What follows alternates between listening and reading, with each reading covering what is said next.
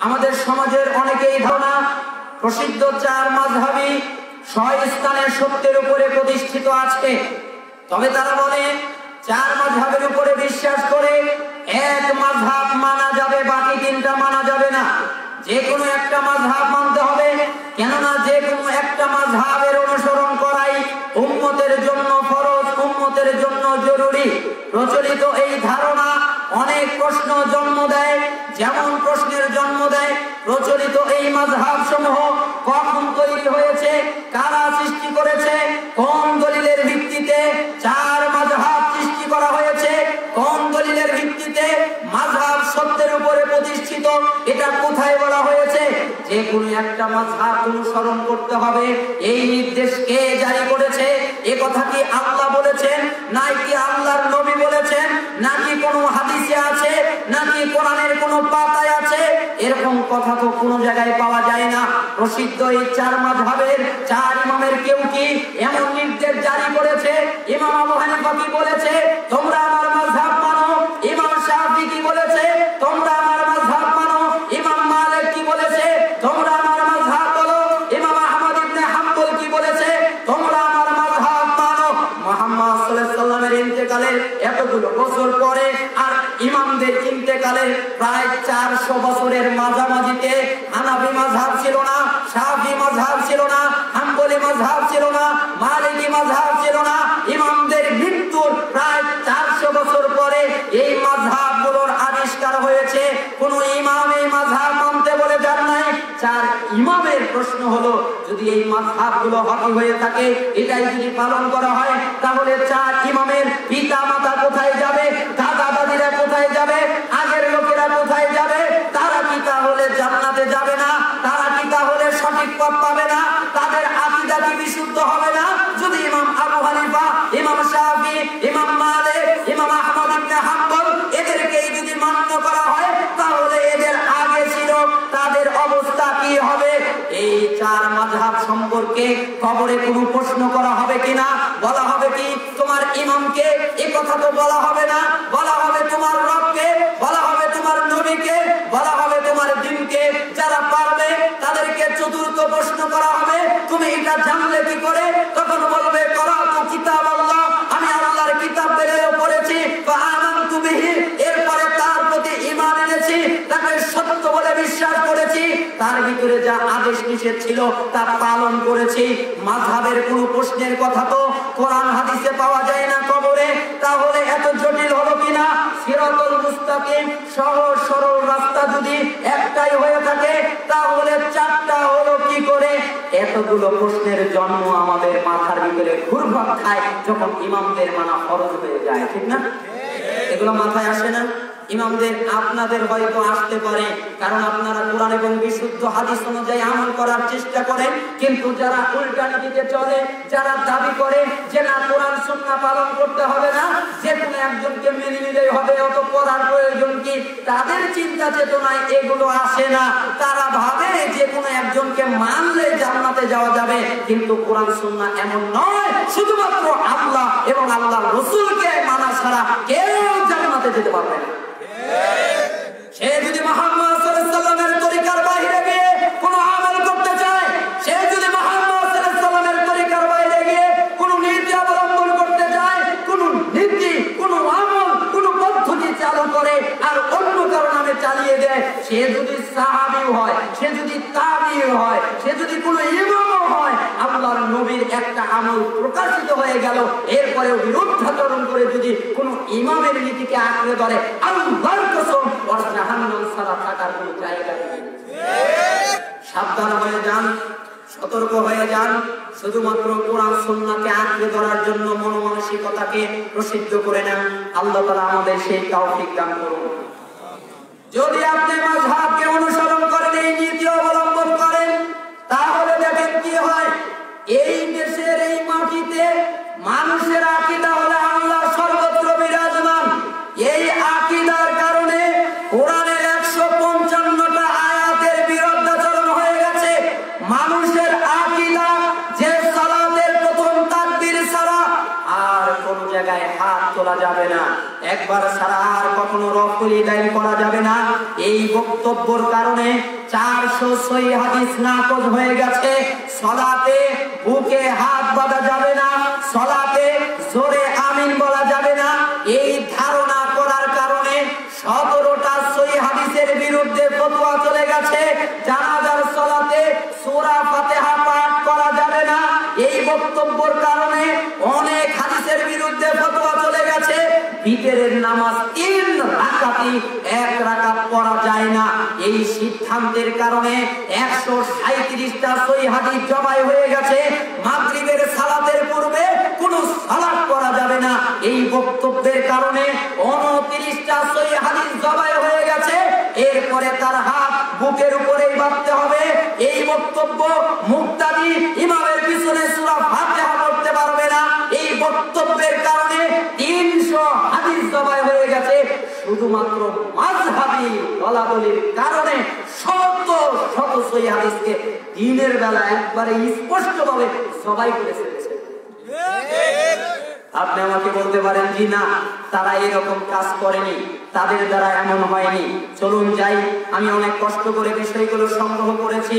তাদের একটা কিতাব আল হিদায়া। আজকে বেশি গভীরে যাব না, আজকে বেশি আর গভীরের দিক থেকে গিয়ে হাদিস অনুবাদ করতে চাচ্ছি না অত বেশি। আজকে শুধু স্পষ্ট ফর্মুলা বাংলায় স্পষ্ট করে আপনাদের কাছে প্রকাশ করতে চাই।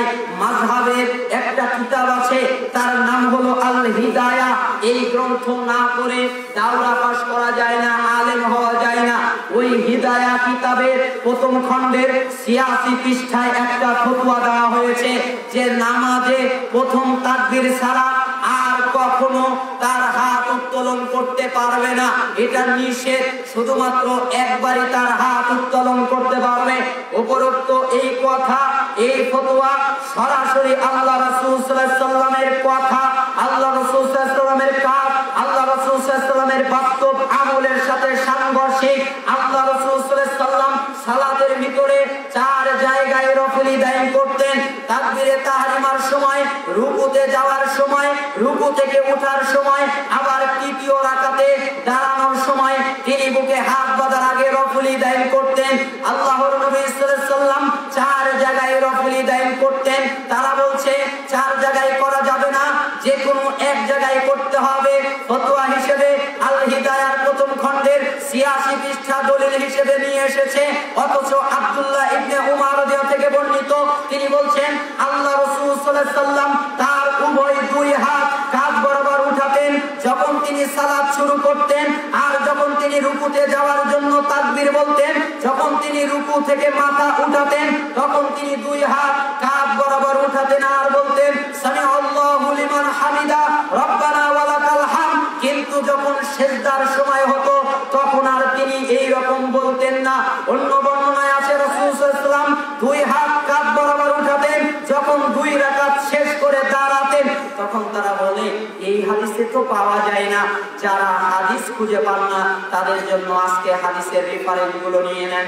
এই রফুল ইদাইন করতে হবে, এর পক্ষে কোথায় হাদিস রয়েছে আপনারা নিয়ে নেন। সহিহুল বুখারী কিতাবুল আযান 10 নম্বর পর্ব, অধ্যায় নম্বর 83, অধ্যায় নম্বর 84, 85, 86, হাদিস নম্বর 735, 36, 37, 38, 39। রফুল ইদাইনের হাদিস সহিহ বুখারীতে এসেছে 5টি, সহিহ মুসলিমে 6টি, নাসাইতে 5টি, তিরমিজিতে 2টি, আবু দাউদে 9টি, ইবনে মাজাহতে 9টি, মোট 36টি সহিহ হাদিস বর্ণিত হয়েছে। শুধুমাত্র কুতুবে সিত্তায় অনেকে দাবি করেছে 50টি। ঠিক আছে, 50টি 51টি হাদিস এসেছে, কিন্তু অনেক হাদিস জয়ীফ দুর্বল। শুধুমাত্র সহিহ হাদিসের গণনায় 36টা হাদিস এসেছে শুধুমাত্র কুতুবে সিত্তায়। ইমাম বুখারীর লেখা জুজু রফুল ইদাইনের ভিতরে 198টা হাদিস তিনি এনেছেন। এছাড়াও খোলাফায়ে রাশিদিন, আশারায়ে মুবাশশারা সহ 50 জন সাহাবায়ে কিরাম থেকে বর্ণিত হয়েছে। হাদিসের সংখ্যা প্রমাণিত হয়েছে প্রায় 400 খানা শুধুমাত্র রফুল ইদাইনের পক্ষে। বলেন তো এগুলোকে জবাই করা হলো কেন? একটা হাদিস দিয়ে, আব্দুল্লাহ ইবনে মাসউদের একটা হাদিস দিয়ে, অথচ এই হাদিসটা ইখতিলাফপূর্ণ। কেউ বলেছেন হাদিসটা হাসান, কেউ বলেছেন হাদিসটা সহিহ, কেউ বলেছেন হাদিসটা যঈফ, কেউ অনেক রকম ভাবে এরকম ভাবে দোষ ত্রুটি বর্ণনা করেছেন ওই হাদিসের। যদিও ওই হাদিসকে সহিহ ধরেও নেওয়া যায়, তবুও তারপরেও 400 হাদিসের মোকাবেলায় ওই একটা হাদিস দিয়ে 400 হাদিস কাটা যায়। এরপরে দেখবেন আল্লাহ রাসূল সাল্লাল্লাহু আলাইহি ওয়াসাল্লাম সারাটা জীবনে রফুল ইদাইন করতেন। আব্দুল্লাহ বিন উমর রাদিয়াল্লাহু আনহু রফুল ইদাইনের হাদিসের শেষে বলেন, ফামা যালাত তিলকা সালাতুহু হাত্তা লাকিয়াল্লাহু তাআলা। আল্লাহ রাসূল সাল্লাল্লাহু আলাইহি ওয়াসাল্লাম সালাতে এভাবে রফুল ইদাইন করেছিলেন যতদিন না সে আল্লাহর সাথে মিলিত হয়েছেন, অর্থাৎ মৃত্যুর আগ পর্যন্ত তিনি সর্বসময় রফুল ইদাইন করেছেন, মৃত্যুর আগ পর্যন্ত তিনি রফুল ইদাইন ছাড়েননি। এরপরে আসি দ্বিতীয় আরেকটা মাসালা হচ্ছে তাকবীরে তাহরিমার পরে নাভির নিচে বাম হাতের উপরে ডান হাত স্থাপন করতে হবে, অর্থাৎ হাতকে বাঁধতে হবে নাভির নিচে, বুকের উপরে হাত বাঁধা যাবে না। আমরা নিষেধ করি না যে হাদিস নাই, অনেকেই বলে কে বলেছে নাভির নিচে হাত বাঁধার হাদিস নেই। আমরা এ কথা বলিনি, অবশ্যই নাভির নিচে হাত বাঁধার হাদিস আছে, তবে নাভির নিচের হাত বাঁধার হাদিসগুলোর সনদ দুর্বল, আর বুকের উপরে হাত বাঁধার হাদিসগুলোর সনদ সহিহ বিশুদ্ধ। এর ব্যাখ্যা আমি একটু পরে আপনাদের সামনে খোলাসা করব। এরপরে আরেকটা সিদ্ধান্ত, সালাতে আমিন বলতে হবে আস্তে অনস্র স্বরে, জোরে জোরে আমিন বলা যাবে না। তখন তাদেরকে বলা হয় যে জোরে আমিন বললে কি হবে? তখন বলছে না, হাদিসে জোরে আমিনের কথা নাই, তো কি আছে? হাদিসে আস্তে আমিনের কথা আছে। ঠিক আছে, হাদিসে আস্তে আমিনের কথা আছে, কিন্তু আস্তে আমিনের হাদিসটা দুর্বল জোরে হাদিসের আমিনের হাদিসের তুলনায়। আনা ইবনে হুজর قال سمعت النبي صلى الله عليه وسلم قرأ غير المغضوب عليهم ولا الضالين فقال آمين ومد بها صوته। রাসূলুল্লাহ সাল্লাল্লাহু আলাইহি ওয়াসাল্লামের সাহাবী ওয়াইল বিন হুজর রাদিয়াল্লাহু আনহু থেকে বর্ণিত, তিনি বলেন আমি আল্লাহ রাসূল সাল্লাল্লাহু আলাইহি ওয়াসাল্লামকে গায়রিল মাগদুবি আলাইহিম ওয়ালা দাল্লিন পড়ার পরে আমিন বলতে শুনেছি। তখন আল্লাহর নবী সাল্লাল্লাহু আলাইহি ওয়াসাল্লাম ওয়ামাদ্দা বিহা সাওতাহু, তার নিজের আওয়াজকে দীর্ঘ করে আমিন বললেন। যে হাদিসটা তিরমিজি পর্ব 2 আমিন বলা অধ্যায় 72 হাদিস নাম্বার 248, হাদিসের মান সহিহ। আবার ওয়াইল বিন হুজর ওয়াইল থেকে বর্ণিত, তিনি বলছেন সাল্লাল্লাহু আলাইহি নবী সাল্লাল্লাহু আলাইহি ওয়াসাল্লাম ফালাম্মা ক্বাল ওয়ালা দাল্লিন ক্বালা আমিন ফাসামি'নাহা মিনহু। ওয়াইল বিন হুজর তিনি বলছেন আমি আল্লাহর নবীর সাথে সালাত আদায় করেছি, যখন তিনি পড়লেন ওয়ালা দাল্লিন তখন তিনি বললেন আমিন, যা আমরা সবাই শুনলাম। এই হাদিসটা আপনারা ইবনে মাজায় পাবেন, উচ্চস্বরে আমিন বলা অধ্যায় 14 হাদিস নাম্বার 67। এবার সবচেয়ে মারাত্মক একটা হাদিস সহিহ বুখারী থেকে নিয়ে আসে। ওনারা বলে যে সহিহ বুখারীতে আমিন বলার কোনো কি নাই, হাদিস নেই। আপনার চোখে যদি বিড়ালে প্রস্রাব করে দেয় তাহলে কি আপনি চোখে দেখবেন? আপনার চোখে যদি কালো চশমা থাকে তাহলে কি আপনি চোখে দেখবেন? দুইটা বন্ধু, কটা বন্ধু? দুইটা বন্ধু, এক বন্ধু আর এক বন্ধুকে খুবই কালো দেখে, মানে ভালো দেখা যায় না। তখন ওই বন্ধুকে যতদিন দেখা হয় তুমি বন্ধু এত কালো কেন, তুমি বন্ধু এত কালো কুচ্ছিত কেন, এটা সুন্দর হতে পারো না? তো ওই বন্ধু রাগে না, মানে বন্ধুর রাগ নেই কেন? অনেকদিন পরে আবার দেখা হয়েছে, তখন রেগে গেছে, রেগে গিয়ে বলে তার চোখের চশমাটা খোল, মানে চোখে কালো চশমা পড়া ছিল। তো চোখের চশমা খুলেছে, তো এবার দেখ, এবার দেখে মাশাআল্লাহ খুবই সুন্দর মানুষ, তো তোর চোখে যতদিন এই কালো চশমা ছিল ততদিন তুই আমাকে কালোই দেখতি, তো চোখে যতদিন মাঝহাবের চশমা ছিল ততদিন আর সহিহ বুখারীতে জোরে নামের হাদিস আসবে। হাদিস আছে না আবু হুরায়রা থেকে, আবু হুরায়রা রাদিয়াল্লাহু আনহু قال قال রাসূলুল্লাহ সাল্লাল্লাহু আলাইহি ওয়াসাল্লাম, সহিহ বুখারী 780। আবু হুরায়রা থেকে বর্ণিত, তিনি বলেন রাসূলুল্লাহ সাল্লাল্লাহু আলাইহি ওয়াসাল্লাম বলেছেন ইযা আমানা ইমাম ফাআমিনু, ইমাম যখন আমিন বলেন তখন তোমরা আমিন বলো। মান ওয়াফাকা তাবিনুহু তাবিনাল মালাইকা গুফিরা লাহু মা তাকাদ্দামা মিন যামবি, তখন ফেরেশতারা আমিন বলে থাকে। ইমাম এবং তোমার আর ফেরেশতার আমিন যদি এক হয়ে যায় তাহলে তোমাদের পূর্বে যত গুনাহ আছে সব ক্ষমা হয়ে যায়। দেখছেন, হাদিসের শব্দ আগে বুঝতে হবে। এই জন্য ইমাম বুখারী জোরে জোরে আমিন বলা অধ্যায় কায়েম করে এই হাদিস নিয়ে এসে তিনি বলছেন যে ইমাম যখন আমিন বলে তখন তোমরা আমিন বলো, তোমাদের আমিন যখন এক হয়ে যাবে। এবার আমার প্রশ্ন হলো, ইমাম যদি আমিন নাই বলে আপনি কিভাবে বুঝবেন যে ইমাম আমিন বললো, আমাকে ইমামের সাথে এক করতে হবে? আপনার আমিন তো এক করতে হবে, তাই না? ইমামের আমিন আর তোমাদের আমিন যখন এক হয়, আমি এই জন্য মাঝে মধ্যে বলেই থাকি যে ভাই দেখেন, আমরা গুনাহগার মানুষ, বিভিন্ন মানহাজে ছিলাম, সহিয়াকিদা এসেছি একটু নেকি নেওয়ার আশায়, তো আমাদের গুনাহগুলো অনেক বেশি, আমাদের বাধা দিয়েন না ভাই। আপনাদের যাদের গুনাহ নাই ওনারা জোরে আমিন বলবেন না, আর যাদের গুনাহ আছে ওদেরকে বাধা দিয়েন না।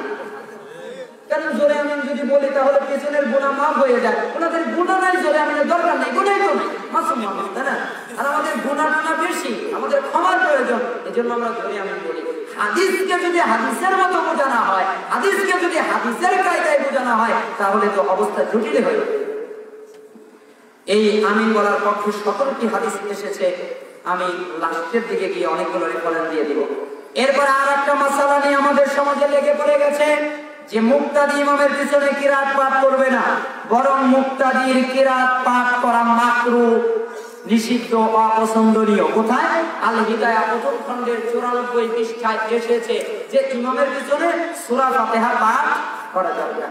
কোন আয়াত? ওয়াইদা কুরিয়াল কুরআন, যখন কোরআন পড়া হয় তখন তোমরা চুপ থাকো, মনোযোগ দিয়ে শোনো, তাহলে তোমাদের উপরে রহমত করা হবে, আশা করা যায়।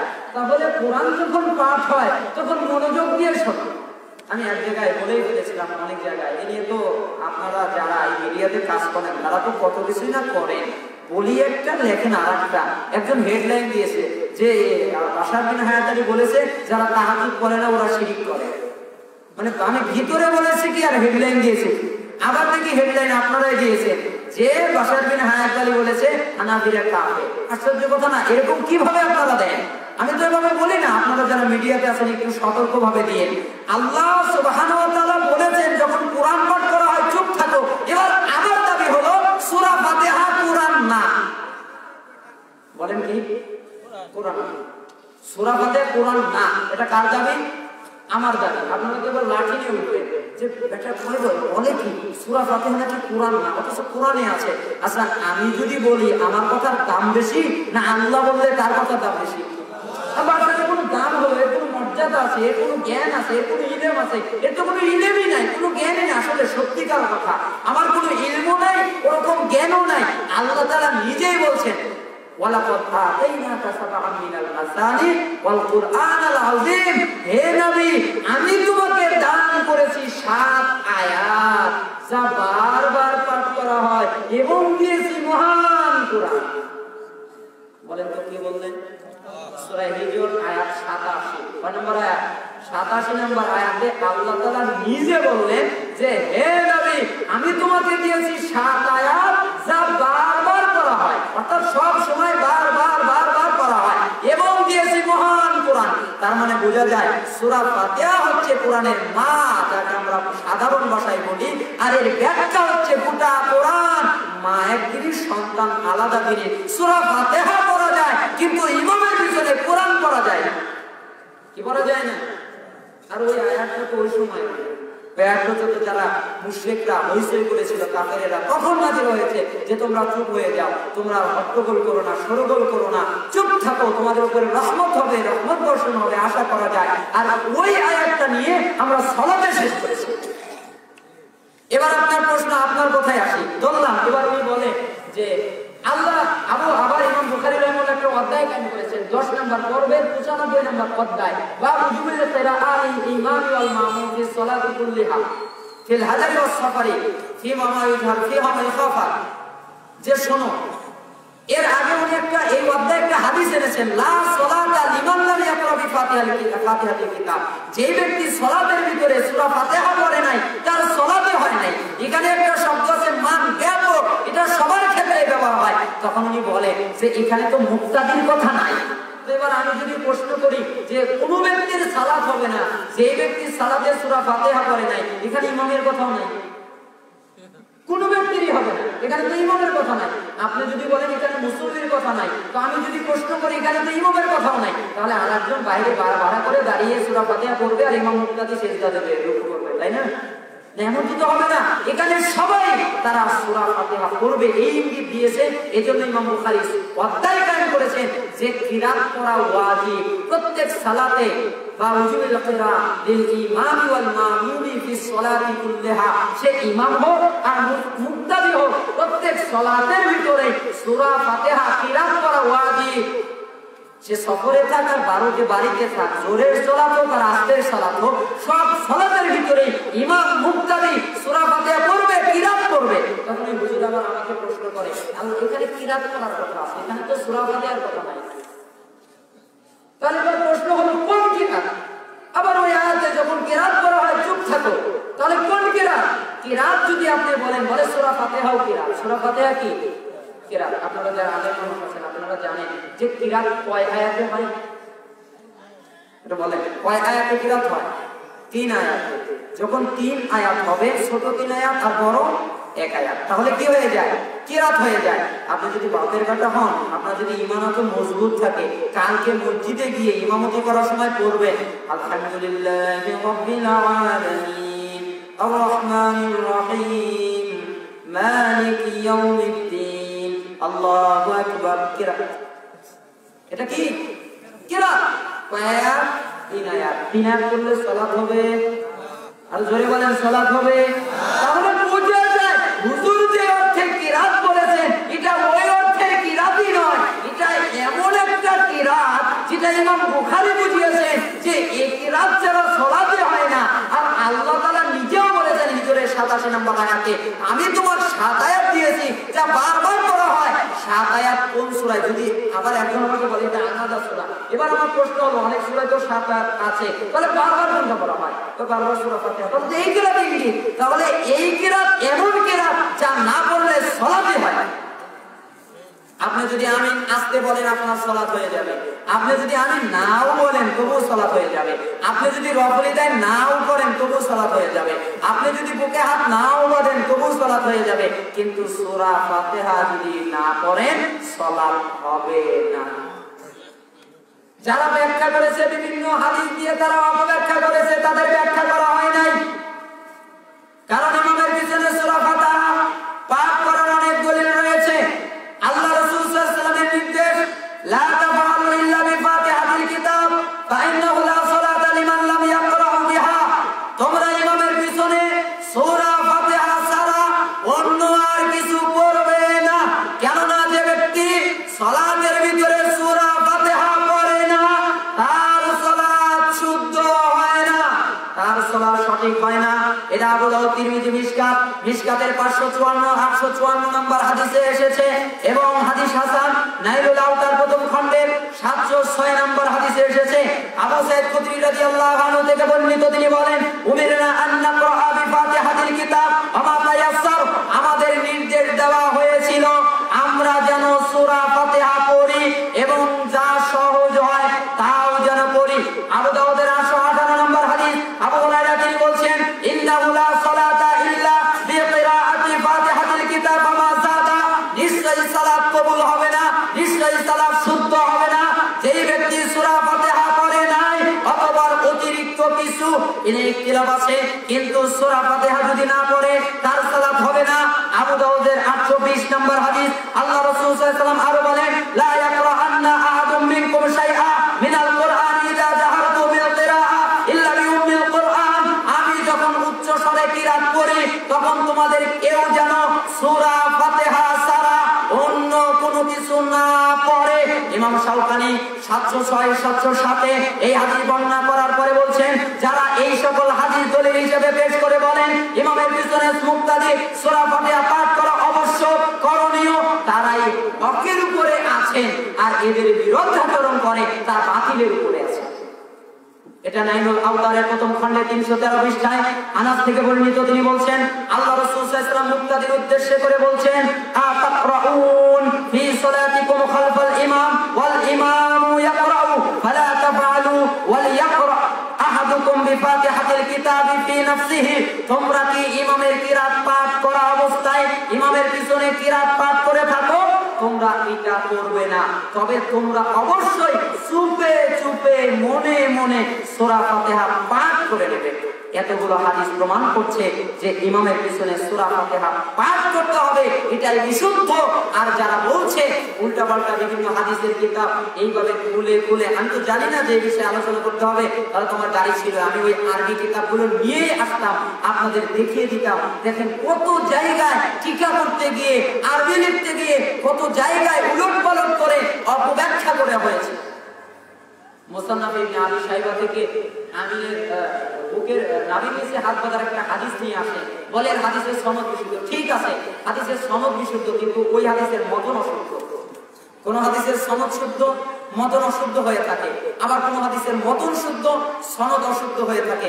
ওই মুসান্নাফ ইবনে আবি শাইবা ছিলেন না, উনি এত ইমাম আবু হানিফার বিরুদ্ধাচরণ করতে একটা অধ্যায় কায়েম করেছে যে ইমাম আবু হানিফার রদ, অর্থাৎ ইমাম আবু হানিফার এমন ফতোয়া উনি দেখে এত মাথা খারাপ হয়ে গেছে, উনি একটা ইমাম আবু হানিফার বিপক্ষে অধ্যায় কায়েম করেছে। ওটা তো মাদ্রাসায় পড়াই না, ওই শেষ খণ্ড পর্যন্ত, প্রথম খণ্ড পর্যন্ত পড়ায়, কিন্তু আমরা ইমাম আবু হানিফার বিরুদ্ধাচরণ করি না। উনি এরকম বলে যাননি, উনি হক কথা বলে গেছেন, আপনারা পরে উল্টিয়ে দিয়ে গেছেন। কারণ তার ছাত্র ইমাম মুহাম্মদ, আবু ইউসুফ, তারা 12 তাকবীর ঈদের সালাত আদায় করতো। তাহলে কিভাবে বলবো ইমাম আবু হানিফার ছাত্ররাই যদি 12 তাকবীর ঈদের সালাত আদায় করে, তাহলে আমরা কিভাবে 6 তাকবীর বলি যে এটাই বিশুদ্ধ?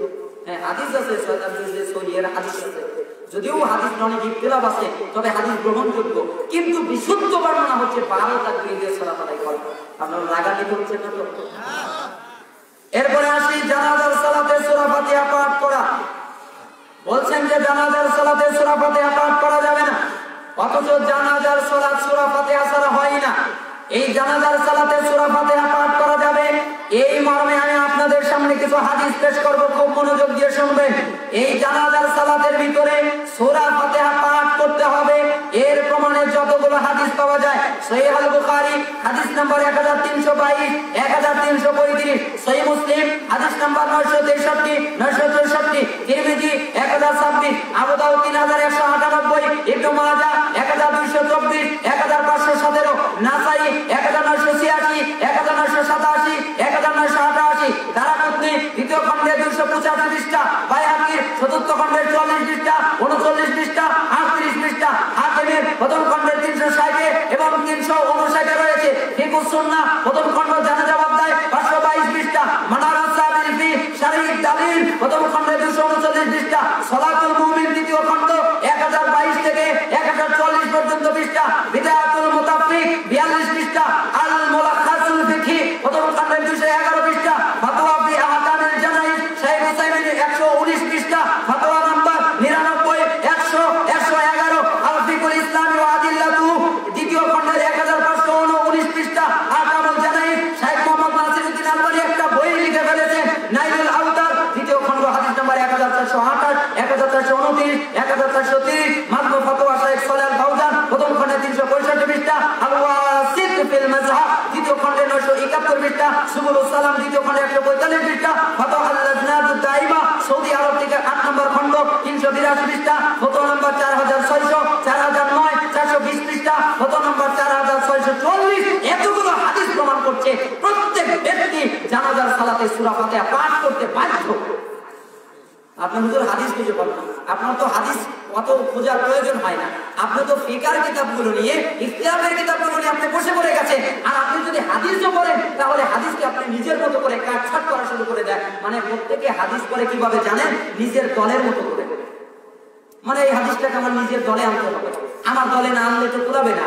এই জন্য উনি ওই মাযহাবের চক্ষু দিয়ে হাদিস পড়েন, এই জন্য সঠিক পাওয়া যায় না। এই জন্য সঠিক পেতে চাইলে কোন মাযহাবের চক্ষু ছাড়া কোরআন এবং সুন্নাহর জানালা দিয়ে হাদিস দেখলে হাদিসের সঠিক মর্ম উপলব্ধি করা যাবে। আর যখন অন্য পাতায় অন্যভাবে দেখা যাবে, তখন আর হাদিসের সঠিক মর্ম উপলব্ধি করা যাবে। আর একটা ফতোয়া আপনাদের দেওয়া হয়, ঈদের সালাতে 12 তাকবীর। আমি আগে বললাম, শোনেন 6 তাকবীরের হাদিস আছে। আজকে আমি বিস্তারিত যাচ্ছি না, শুধুমাত্র এই কথা বলছি, রেকর্ড হচ্ছে। যারা দিদি ভাইরা আছেন, এইগুলো মনে রাখবেন, মুখস্থ রাখবেন, কাজে লাগবে। যাদের দাওয়াত দেবেন তাদেরকে এই রেফারেন্সগুলো বলবেন। এগুলোর সব নাম্বার দেওবন্দের ছাপা, আপনাদের চিন্তা করার প্রয়োজন নেই। এটা মাযহাবে কিতাবে, মাযহাব ধাবি মাদ্রাসায় যেই কিতাবগুলো পড়ানো হয় তার নাম্বারগুলো এখানে নোট করে নেওয়া, তাদের কিতাবপত্র থেকে এই দলিল প্রমাণ দেওয়া। এই জন্য টেনশন নেই, তাদেরকে বলবেন এই কিতাবের এত এত পৃষ্ঠায় হাদিসগুলো একটু পড়ে দেখেন, তাহলে বুঝতে পারবেন। এরপরে 12 তাকবীরের সালাত পড়া যাবে। এর প্রমাণে কোন কোন কিতাবে হাদিস আছে? সহিহ সুনান, সহিহ আবু দাউদ, তিরমিজি, সহিহ ইবনে মাজাহ, মুওয়াত্তা মালিক, মুওয়াত্তা মুহাম্মদ, সহিহ ইবনে খুযাইমা, সুনান দারাকুতনি, মুস্তাদরাক হাকিম, শারহ সুন্নাহ, মাসাইলুল কিরাম ফিল ফিকহি, মুসনাদ ইমাম শাফি, তানজিহুল মামালিক, কিতাবুল আওসাতে হাদিস, শারহ মাআনিল আসাদ, ইমাম তাহাবী হানাফি মাযহাবের বিখ্যাত আলেম, মুদাওয়ানাতুল কুবরা, মুসান্নাদ আব্দুর রাজ্জাক, সুনানে কুবরা বাইহাকী, মুসান্নাদ ইবনে আবি শাইবা, ইলালুল ওয়াদিরা, ইমাম দারাকুতনি, মুসনাদে আহমদ, সুনানুস সাগীর, তিবরানী, মুসনাদে বাজ্জার, দারিমি, মারিফাতুস সুনান, ফিকহুস সুনান ওয়াল আসার। এতগুলো কিতাবেের ভিতরে 12 তাকবীরের পক্ষে 152টা সহিহ হাদিস প্রমাণিত হয়েছে। শুধু এই কিতাবগুলোর ভিতরে 152টা হাদিস। কত হাদিস বলেন তো? তাহলে আমরা যারা 12 তাকবীরের ঈদের সালাত আদায় করি, আমাদের এর পক্ষে কতগুলো হাদিস আছে? আর তাদের কাছে 3 থেকে 4টা হাদিস আছে, কিন্তু ওই হাদিসগুলো ইখতিলাফপূর্ণ। এরপরে তারা বলছে বিদায়া আল হিদায়া প্রথম খণ্ডের 118 পৃষ্ঠায় যে সালাতুল বিদের 3 রাকাত ওয়াজিব, 3 রাকাতই পড়তে হবে, 2 রাকাত পড়া যাবে না। 2 রাকাতের প্রমাণের কোনো হাদিস নেই, অথচ এই সিদ্ধান্ত সুন্নাতের সাথে সাংঘর্ষিক। সালাতুল বিদের 3 রাকাতের মধ্যে সীমাবদ্ধ করে নেওয়াটা সুন্নাহ বিরোধী। কেননা আল্লাহ রাসূল সাল্লাল্লাহু আলাইহি ওয়াসাল্লাম সালাতুল বিদের 1 রাকাত পড়েছেন, 3 রাকাত পড়েছেন, 5 রাকাত পড়েছেন, 7 রাকাত পড়েছেন, 9 রাকাত পড়েছেন, যা সহিহ হাদিস দ্বারা প্রমাণিত। আমি শুধুমাত্র আপনাদের সহিহ বুখারী থেকে বিভিন্ন কিতাব থেকে নাম্বারিং করে আমি আবার বিশ্লেষণে চলে যাব। সহিহ বুখারী তাওহীদ প্রকাশনী দেখবেন 990, 993, 995, 96, 97, 98, 99, 1001। সহিহ মুসলিম আহলে হাদিস অর্থাৎ হাদিস একাডেমি 1653, 1654, 1647, 1655, 1648, 1649, 1650, 1652, 1655, 1656, 1657, 1658, 1659, 1660, 1661। তিরমিজি আরবি মূল গ্রন্থ 435, 445, 455, 456, 457, 459, 461, 462, 464, 465, 466, 4701। সহিহ আবু দাউদ আরবি মূল গ্রন্থ প্রথম খণ্ড হাদিস নাম্বার 1416, 1421, 1422, 1423, 1424, 1425, 1430, 1431, 1432, 1435, 1438। এরপরে সহিহ ইবনে মাজাহ মূল আরবি গ্রন্থ এসেছে 966, 967, 68, 69, 70, 71, 72, 73, 75, 76, 78, 81, 84, 88, 990। সুনান সহিহ নাসাইতে এসেছে মূল আরবি গ্রন্থ 1674, 1675, 76, 77, 78, 80, 1681, 82, 1688, 1689, 1690, 1691, 92, 93, 94, 95, 96, 1799, 1799, 1700, 1701, 1702, 1703, 1704, 1705, 1706, 1707, 1708, 1709, 1710 থেকে 1755 পর্যন্ত শুধুমাত্র হাদিস আছে ভিতরের সালাত 1 রাকাত পড়া যাবে। এর প্রমাণ আপনারা রাগ করতেছেন না তো? আসলে এইভাবে আলোচনা আমি মানে করতে চাইনি আপনাদের আকাঙ্ক্ষার কারণে, যদিও বা এখানে কিছু কথা বললাম। আল্লাহ তাআলা আমাদের এই অল্পতেই বুঝে তৌফিক দান করুন। আল্লাহ তাআলা আমাদের বুঝ দান করুন।